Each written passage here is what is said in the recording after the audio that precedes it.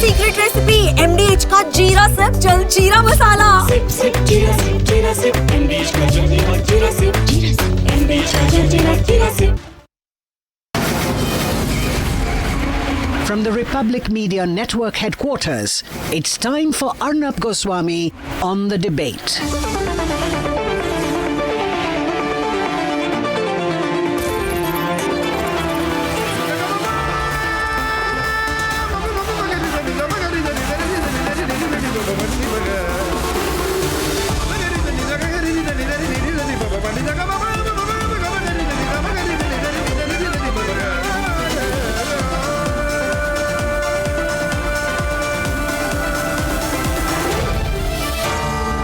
Arnab Goswami on The Debate.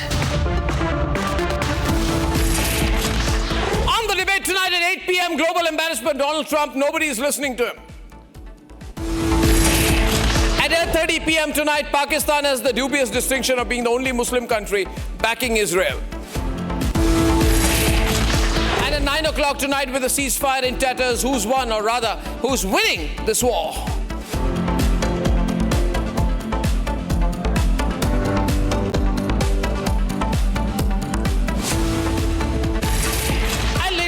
You can't help but feel sorry for Donald Trump if he was not just such a badly behaved 80-year-old, leader, but, who uses foul language as well. The kind of language he used today is unpardonable. He has used four-letter words which you wouldn't imagine a president to be speaking. But, of course, this is Donald Trump. He does whatever the hell he wants. He's a global embarrassment.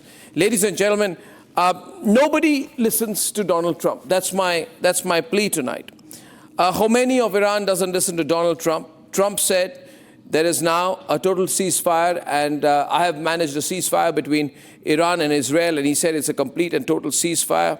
And then he said that I knew the time was now, and finally the world will bear witness to the official end of his 12-day war. That ceasefire lasted all of 4 hours because it was denied by the Iranian foreign minister, who said there was no agreement, and immediately Iran launched missile attacks on US military bases in Qatar and Iraq shortly after Trump's announcement. So Ayatollah Khomeini does not listen to Donald Trump. He doesn't give a damn for Donald Trump. He humiliates Donald Trump on a daily basis. Netanyahu also doesn't listen to Donald Trump, because when he announced the ceasefire, Trump said that he's got to give instructions to Netanyahu, and he told Netanyahu that, listen, stop the firing. Israel is not going to attack Iran. All planes will turn around and head home. This is what he told Netanyahu, and you would expect Netanyahu to be listening to him, or at least saying thank you to him. But shortly after Donald Trump asserted that the ceasefire is in effect, Netanyahu attacked Tehran. 2 explosions were heard in Tehran. The attacks continued. So Netanyahu basically told Donald Trump, I give a damn for what you think. Zelensky doesn't listen to Donald Trump. We all know that. Trump openly criticized Zelensky, called him a dictator without elections. And today, because of that, there is an unprecedented extension of the Russia-Ukraine war. Zelensky is in for the NATO meeting, and Trump is at the NATO meeting, and Zelensky is basically telling Trump, go take a walk. Our Prime Minister Narendra Modi, of course, doesn't listen to Donald Trump, because when Donald Trump told him, can you swing by the United States to meet me on your way back from Canada, the Prime Minister said to Donald Trump that he had to visit Orissa, the land of Lord Jagannath.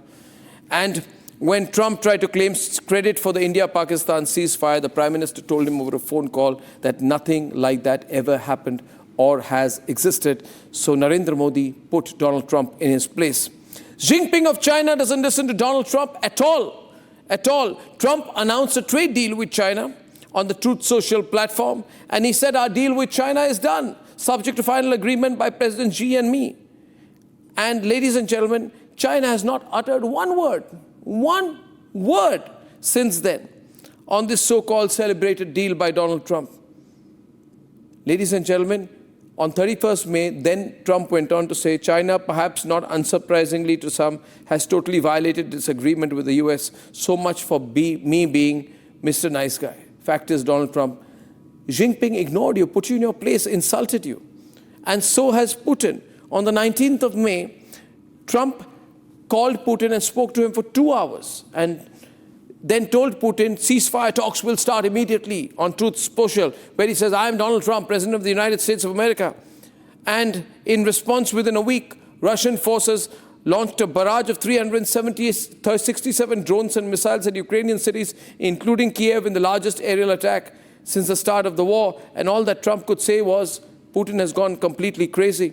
Ladies and gentlemen, the fact of the matter is Putin is not listening to Trump. And yesterday, in fact, there was a massive drone attack from Russia that killed 10 people in Ukraine.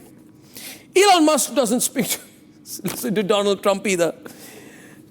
Donald Trump gave him a golden key as a goodbye gift, and in response, Elon claimed that Trump's name was there in the Epstein files.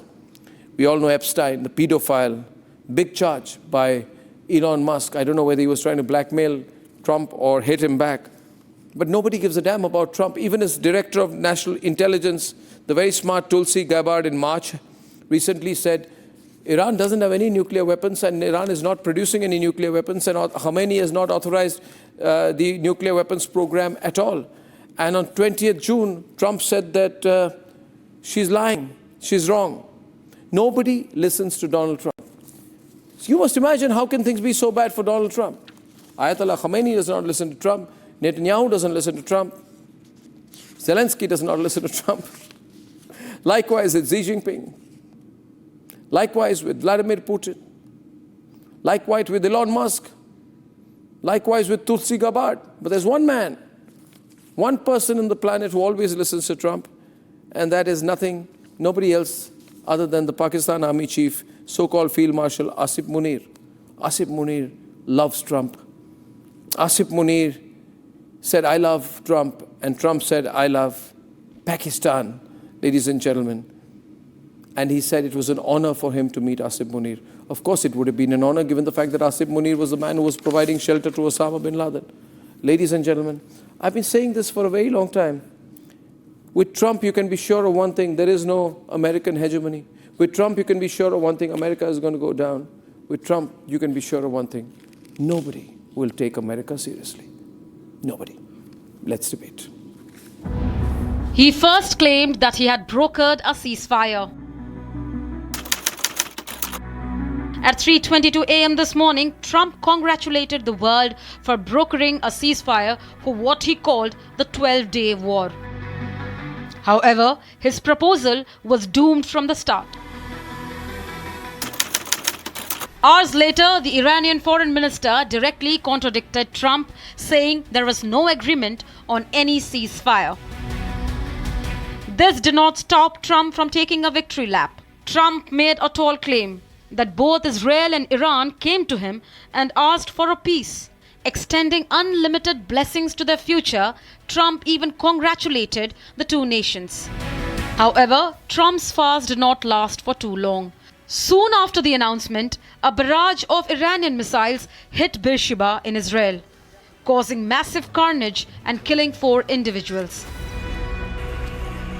What we've seen here is outrageous and extremely painful. That missile, which is one of the heaviest missiles of the Iranians, it's called Qadr. It's way above 400 kilos. Landed here specifically to kill women, children, old age, and people of ordinary lives. Demolished kindergarten and school, demolished apartments, and unfortunately had a heavy toll of 4 innocent civilians. I want to express my heartfelt condolences to the families.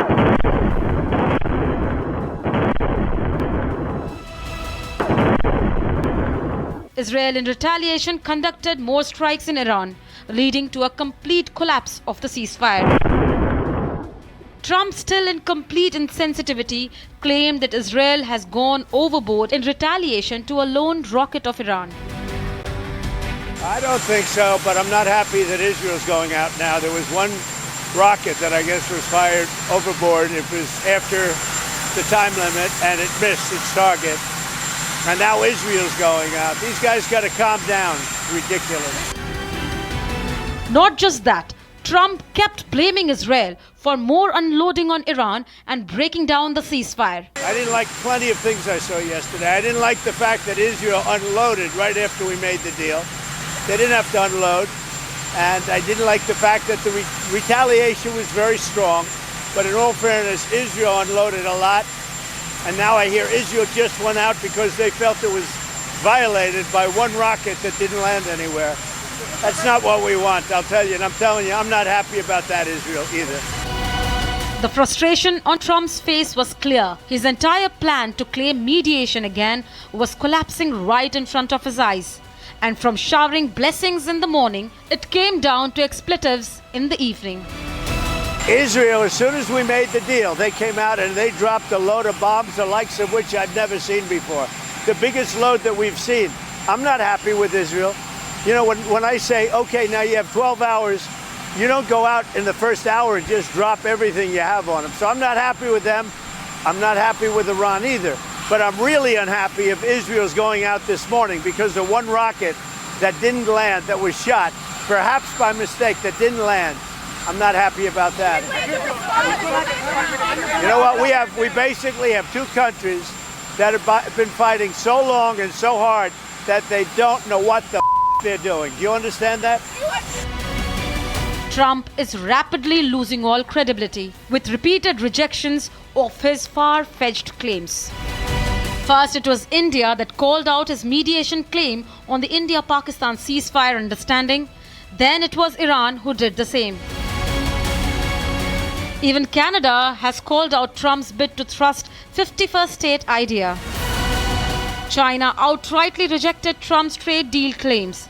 Even Greenland rebuked Trump for his expansionism. You know what? We basically have two countries that have been fighting so long and so hard that they don't know what the they're doing. Do you understand that? The big question remains. In his bid to grab the Nobel Peace Prize, has Trump lost the plot?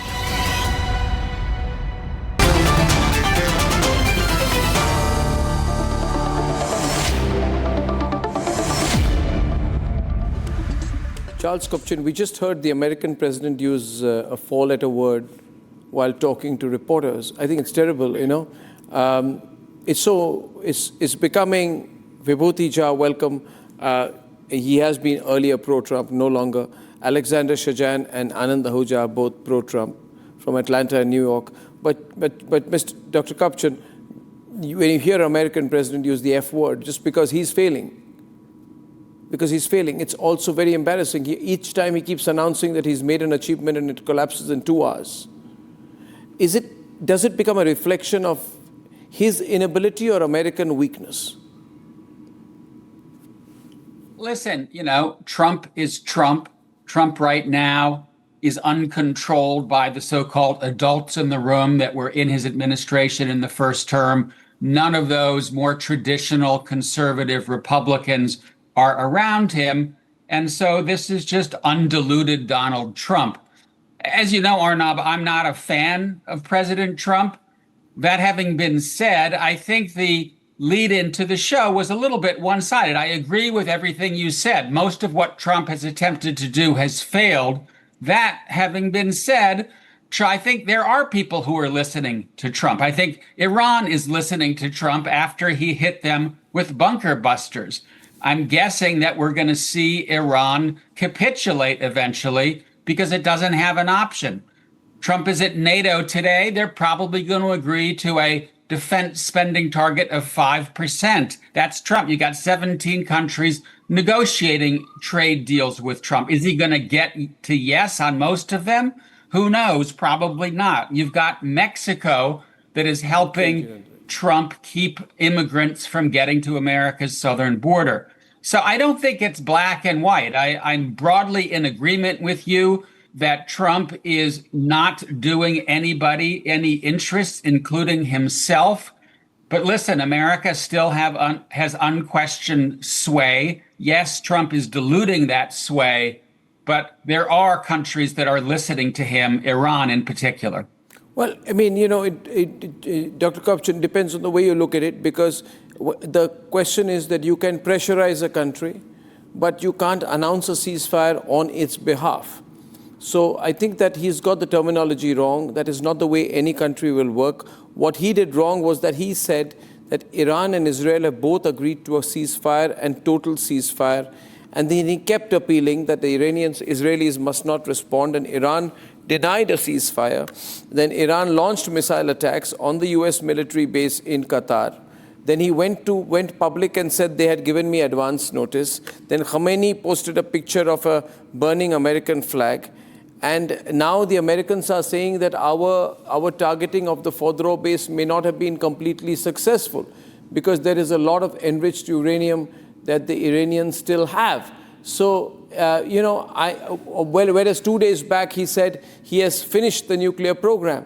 So I think that, he's looking for a quick resolution where things don't exist. May I get in Alexander Shajan? Alexander, if Trump, is Trump being a crybaby, Is Trump being a bit of a crybaby? I'm angry with them, Is this a language one should speak? I mean, either you resolve things or you don't. America is not in the business of fixing the entire world's solution. I think that was President Trump's agenda even in his first term. The campaign itself, throughout the campaign trail, he said America first policy. But when you go for an America first policy, there were baggages from the previous administration that he had to fix, whether it is a foreign policy, whether it is the border crisis, whether it is the tariff issue, whether it is the oil crisis, anything that hinder America first policy, he had to deal with it. So when we talk about all the Russia-Ukraine war, it did not start during President Trump's term. It started when Biden was in the office. Open border crisis started when Biden was in the office. Iran's issue was started when Barack Obama pumped billions of dollars to Iran for enriching the uranium, not for the energy program, but for making nuclear weapons. So all the messes that President Trump is dealing right now he did not make it. It was not during his administration. Everything started during previous administration. So when he was in the office for the first 4 years, he was trying to fix the things that was messed up during the Obama administration. So I believe he is in the business of fixing the issues for the United States of America. But the things that comes along with it, yes, of course, Iran cannot have a nuclear weapon. It's good if he wants to, but the problem is things aren't as easy or simple as he may think. These are complex situations. It is not. Complex countries. For example, I think we all agree now, we all in the room will agree that when he made the claim he's going to end the Ukraine-Russia war in 12 days, where is he achieved? He's achieved nothing on that. It's only become more intense. And then when it gets more intense, he is too egotistical to accept that he's dealing with a different situation. See, fact is, Vibhuti, he's been unable to handle Putin. He thought he would become president, make a phone call, and Putin would listen to him. And it hasn't worked out like that because these are complex nations with very complex histories, which he fails to appreciate in his MAGA view of the world. Vibhuti. Thank you, Arnab. It is great to be back with you. One thing which is very clear, we have been so attuned to, we have been so believing in the politics as usual. And that's the reason why there has been no solution to any problems that we are facing globally. We are seeing trust deficit play out at its peak level. Nobody trusts anybody. Everybody is for himself or herself. That's the challenge which Trump has gotten into. I think Alexander said it correctly. He is inheriting the problem, but that's not an escape. That's not an excuse, because in the continuity of life, you always inherit something the way it was dished out. You've got to fix it. This is the scenario that CEOs always face. When you take a company, it's never to your exact liking. It always is good, bad, and ugly all flow together. But Arnab, this is a very important point to add here, which I want the world to discuss here, is that one of the reasons that the trust deficit exists, because it's so difficult to trust a philosophy or theology that wants you and I dead. The kufr philosophy. We are used to that in Kashmir. Convert, leave, or die. When a theology operates in that fashion, how can you ever trust it? I ask this question to my Muslim friends here. How can I ever trust you to be a friend or a good neighbor? Because I know, according to your theology, you are coming next to cut my throat whenever the opportunity offers you. This is, if we do not demand reciprocity from the world around us that we deal with, we will continue to mistrust each other. And the trust deficit is the cause where nobody trusts a man like Trump, who actually wants to fix the problem. He has keen desire to fix the problem because he doesn't like wars. So where is he going wrong? So where is he going wrong? Where is he going wrong? Where is he going wrong, Vibhuti? You're saying he's sincere, but he's doing the wrong things. He's going wrong in believing in his mind as a CEO of Trump Inc. that politics operates as a corporation. It doesn't. Politics operates rather remarkably inefficient ways. The democracies were never designed to be efficient tool of governance. It operates on checks and balances. No, but is he also letting his cards out too much? You see, the one thing accepted. The one thing, sorry to interrupt, Vibhuti, but the one thing that was people would respect about the United States of America was in its secrecy of its decision making, was in its unpredictability, was in its counterinsurgency, counterintelligence, clandestine diplomacy setup. You know, it was ahead of other countries. Whereas, I'm sure Dr. Kupchan will agree with me on this one, that Trump compromises that when he goes ahead and says, I have got a deal, which is a total reset with China. But there's been no confirmation from China. Aren't these things that are supposed to be done in a more calibrated, thought-out way? Because when China turns around and says that there is no agreement, and we don't agree with American protectionism and economic coercion, then America ends up getting embarrassed. So is he, this whole social media thing, Charles, the constant need to grab a headline. Trump talks before he thinks. Trump doesn't have strategies. He has impulses, and he's very impatient. So what you see is somebody who has a telephone, who tweets, I have a deal before there's a deal, who wants to have a trade deal with China, but doesn't have it. And there's nobody there to enforce discipline. There's no real policy process. And that's why what you see coming out of Washington is chaos. There isn't a disciplined policy process, and this is a president who doesn't have discipline. So I think you're right, Arnab, that he would be wise to keep quiet and do the homework. He has an impulse, which I think is good, to end the war in Ukraine. I applaud him for calling Vladimir Putin, but he doesn't marry that to a strategy for starting and ending. And that is his real failure.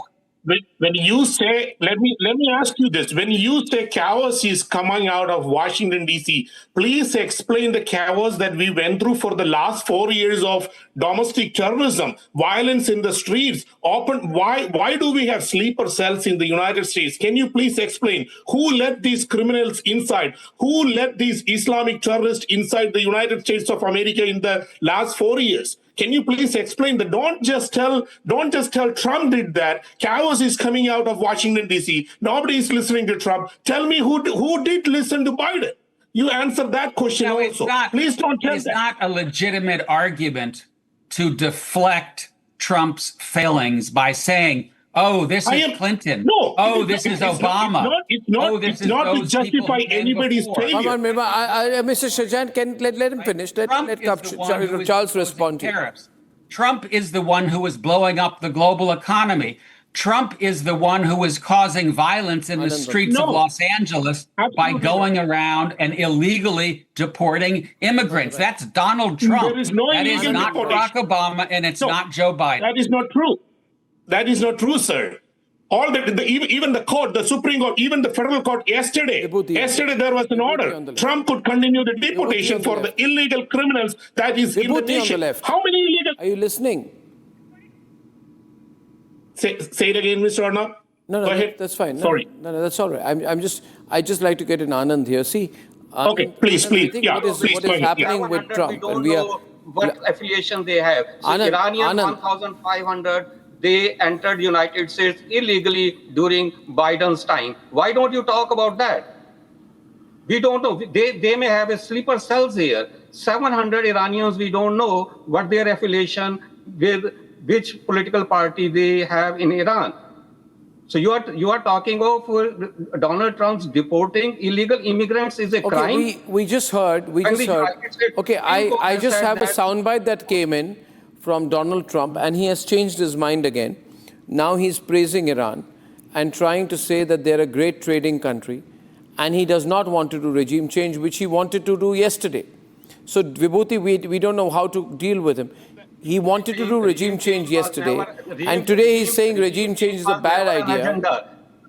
Regime change was never an agenda. I didn't say regime change. Trump said regime change yesterday. And Trump is saying today that regime change is a bad idea. Can I play the latest soundbite, please? Play it, and with them on air. Yeah, on the right. Play. If there was, but no, I don't want it. I'd like to see everything calm down as quickly as possible. Regime change takes chaos, and ideally we don't want to see so much chaos, so we'll see how it does. You know, the Iranians are very good traders, very good business people, and they got a lot of oil. They should be fine. They should be able to rebuild and do a good job. They're never going to have nuclear, but other than that, they should do a great job. I mean, Vibhuti, I'm trying to understand this. He says, I'm going to bomb the living daylights out of Iran yesterday. And today he says they are very good traders. They should be able to rebuild their country. Yesterday he said, I want to do regime change in Iran. And today he says regime change is a bad idea. It leads to chaos. This is one man who has changed his position 3 times on 2 different issues in 24 hours. I would definitely agree with my thought process that Trump must recognize that silence is golden at times. You do not need to comment on everything and anything that goes on. I'm a Trump supporter. I'm a Republican. I have nothing against Trump. But on certain issues, when he speaks ahead of the time, it creates a confusion. And that's what is happening. But the most critical issue here is he is trying to change politics as usual. And he doesn't realize that he's not running a Trump Inc., where he can order a VP or an assistant vice president or senior vice president, you're fired. You cannot fire people in government when you are dealing with them, because everybody is a president or prime minister of a big or a small country, and they all operate on their own self-importance basis. So this is where the fine-tuning which Trump must do to push his agenda forward, which is of peace. You can't argue against that. But unless and until you fix the real problem is the mistrust that operates. And Trump, unfortunately, is not adding or reducing the mistrust by making contradictory statements. Now, look at it this way, isolated way. Iranians with whom India has a great relationship, Iranians are good traders. So he's not saying anything wrong about them. But he also said without nuclear weapons.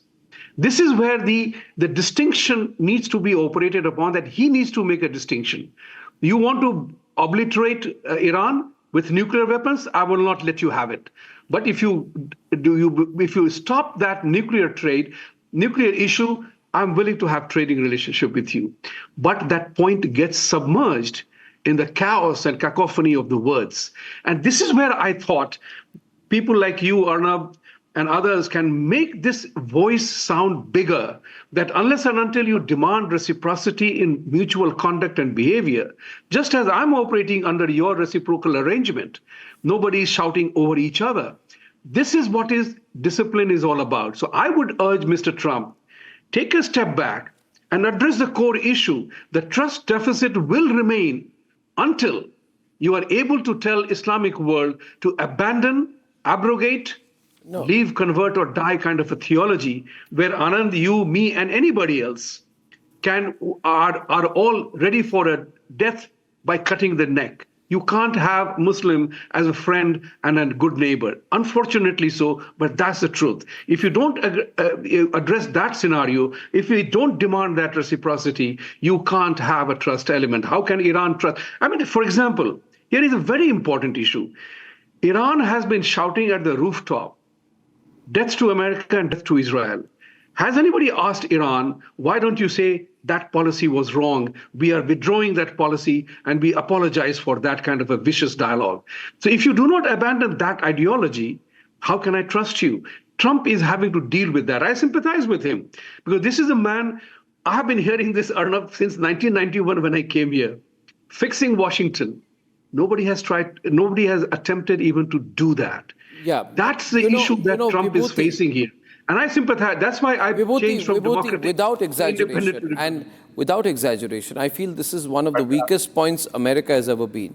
See, Iran has done retaliatory strikes on American bases in the Middle East. I don't think Americans have realized what has happened to them today. You cannot underplay this. Look at the sequence of events. Today, Iran's missile strikes on US bases, including US base Al-Udeid, US base and Al-Assad, signal more than retaliation.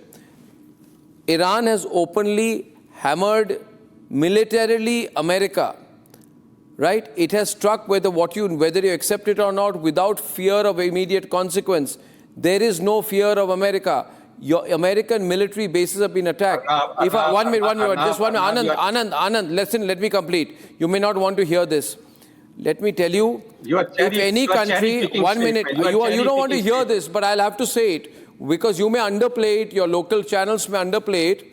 But if today a single Indian, if any country dared, 1 minute, if any country dared, Anand, listen to me. If any country dared to touch an Indian military base, we would hammer the living daylights out of them. That's what India is. America has had its US bases, military bases. The headquarters of the US Central Command have been attacked by a missile from Iran. And Trump has been able to do nothing. Trump's response is announcing a ceasefire. This is making America look very weak. You may not like to hear it, Shahjan.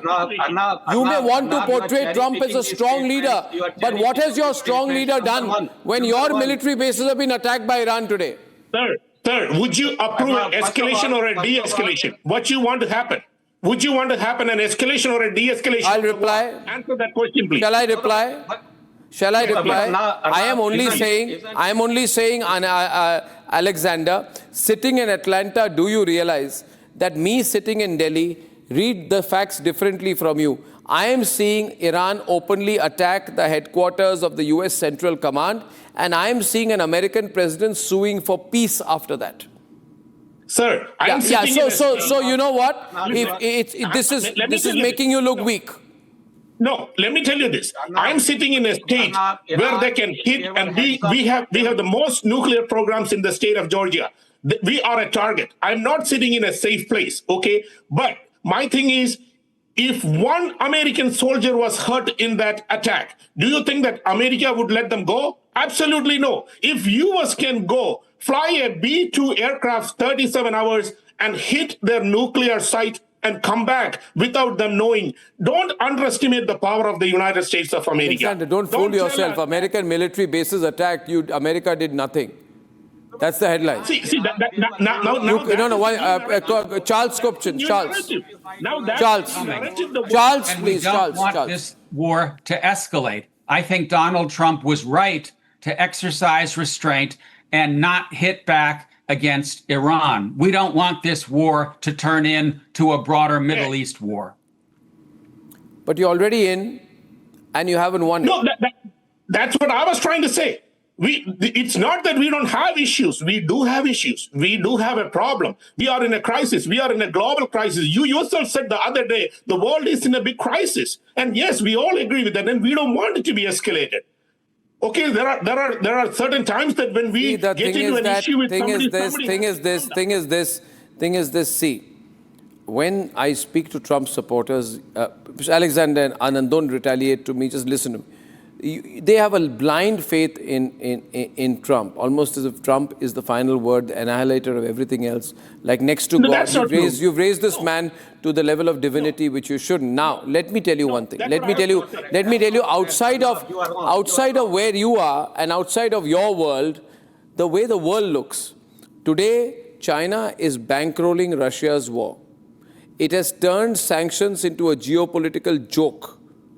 the no limits pact between Russia and China shows that America has very little weight.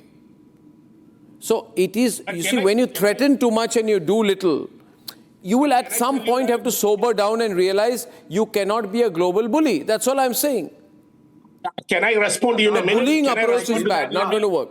Can I respond to you in a minute? You said that people like me and Anand are blind supporters. It's not just the blind. When you see grocery prices are going down, when you see prices on the oils are going down, when you see there are tremendous numbers for gasoline, when you see the borders are being secured, when you see they are protecting the Medicaid, Medicare and Social Security, when you see violent criminals are being deported. No, why you take on a fight you can't win? 1 minute. I see the troubles America is having. I'm saying today, are you any less dependent on China than you were in Biden's time for rare earth magnets, which are used for your electric cars, your wind turbines, your fighter jets, your missiles? You are more dependent on China today than you were before Trump. You may not want to hear this. In fact, China has imposed retaliatory tariffs on US goods. We all are dependent on each other. His feeling was that Trump is going to bully our way back to greatness. Trump has not been able to bully America out of its way out of greatness. It's not like that, Arnab. It's not like just the development is not through bully. It's definitely peace through strength, and we are trying for that. Yeah, it's not just people. There are million people. 77 million people are not. There are people who voted for Trump is raising their opposition. Their voices are being their voices are being louder. So it's not that Trump is not God. But you know what? You got to. I'll give a last word to Charles on this. See, I'm not saying you're a bad or good guy. I'm just saying that there is a way. There is a way. There is a way. There is a way. Even if you speak for a very small country, you know, when India speaks to Maldives, we speak with respect. If you speak to the smallest country, you speak to the head of government with respect. There is a way. This is not the way. Anand, people are getting angry. I want to make Charles here. Wanted to reinforce what Vibhuti said. Donald Trump is a businessman. He thinks he can run the United States like America, Inc. And he can't. He thinks democracy is an annoyance. He doesn't like it, and he'd like to get rid of it. And that is why we as Americans face a threat to liberal democracy of a sort that we have never seen. The second point, Trump has no discipline. He has instincts, some of which are good. I agree that we need to get immigration under control. I agree that the war in Ukraine needs to end. I agree that China needs to open its markets and level the playing field economically. But he has to go about it in a measured and in a disciplined and in a strategic fashion. And that is not Donald Trump. And that's why right now, every 15 minutes, American policy at home and abroad changes course. Yeah. Because this is a president who doesn't know where he wants to go.